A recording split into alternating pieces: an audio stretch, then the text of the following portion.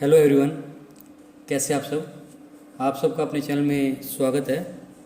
आज मैं आपको स्वामी विवेकानंद जी के जीवन का एक प्रेरक प्रसंग सुनाने जा रहा हूँ। अगर आपको पसंद आता है तो वीडियो को लाइक कीजिएगा, शेयर कीजिएगा और चैनल को सब्सक्राइब कीजिएगा। तो चलिए शुरू करते हैं। स्वामी जी ने शिकागो की धर्म संसद में भाषण देकर दुनिया को ये एहसास करवाया कि भारत विश्व गुरु है। अमेरिका जाने से पहले स्वामी विवेकानंद जयपुर के एक महाराजा के महल में रुके थे। यहाँ एक वेश्या ने उन्हें एहसास करवाया कि वह एक सन्यासी हैं। जयपुर के राजा विवेकानंद और रामकृष्ण परमहंस के भक्त थे।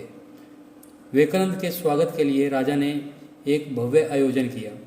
इसमें वेश्याओं को भी बुलाया गया था।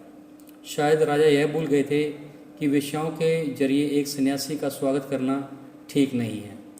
विवेकानंद उस समय अपरिपक्व थे। वे अभी पूरी तरह सन्यासी नहीं बने थे। वह अपनी कामवासना और हर चीज़ दबा रहे थे। जब उन्होंने वेश्याओं को देखा तो अपना कमरा बंद कर लिया। जब महाराजा को अपनी गलती का एहसास हुआ तो उन्होंने विवेकानंद से माफ़ी मांगी। महाराजा ने कहा कि उन्होंने वेश्याओं को इसके पैसे दे दिए हैं, लेकिन ये देश की सबसे बड़ी वेश्याएं हैं। अगर इसे ऐसे ही चले जाने को कहेंगे तो इनका अपमान होगा। आप कृपा करके बाहर आएं। विवेकानंद कमरे से बाहर आने से डर रहे थे। इतने में वेश्या ने एक गाना शुरू कर दिया। फिर उसने एक सन्यासी भाव का गीत गाया। गीत बहुत ही अच्छा था। गीत का अर्थ था, मुझे मालूम है कि मैं तुम्हारे योग्य नहीं, तो भी तुम तो जरा ज़्यादा ही करना में हो सकते हो। मैं राह की धूल सही, यह मुझे मालूम है, लेकिन तुम्हें तो मेरे प्रति इतना विरोधात्मक नहीं होना चाहिए। मैं कुछ भी नहीं हूँ, मैं अज्ञानी हूँ, मैं पापी हूँ, पर तुम तो पवित्र आत्मा हो, तो क्यों मुझसे इतना भयभीत हो तुम। विवेकानंद ने अपने कमरे में इस गीत को सुना। वेश्या रोते हुए गा रही थी। उन्होंने इसकी स्थिति का अनुभव किया और सोचा कि वो क्या कर रहे हैं। विवेकानंद से रहा नहीं गया और उन्होंने कमरे का गेट खोल दिया। विवेकानंद एक वेश्या से पराजित हो गए। वो बाहर आकर बैठ गए। फिर उन्होंने डायरी में लिखा, ईश्वर से एक नया प्रकाश मिला है मुझे।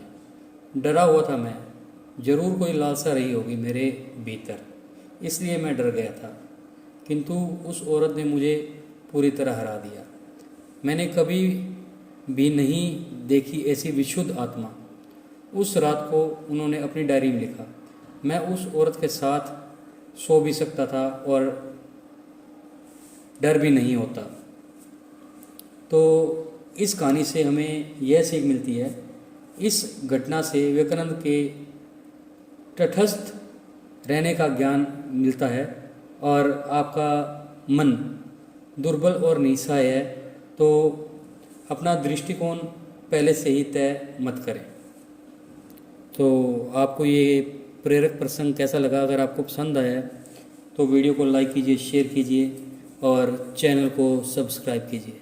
बेल वाला बटन ज़रूर दबाएं ताकि हम ऐसा कुछ और प्रेरक प्रसंग डालें तो आपको नोटिफिकेशन मिल जाए। Thank you.